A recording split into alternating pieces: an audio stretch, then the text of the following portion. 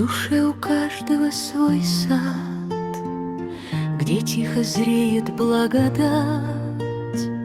Любовь протягивает ветви и учит ближних согревать.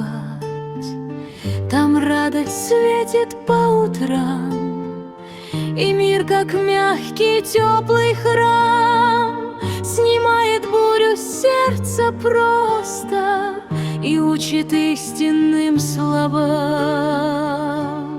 Долготерпение там, как древо, стоит в любых ветрах и тьме.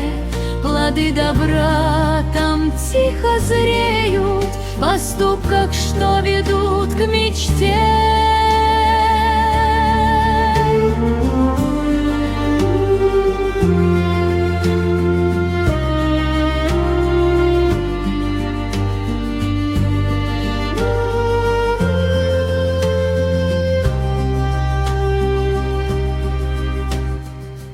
Там вера держит сад открытым, смягчает кротость каждый шаг.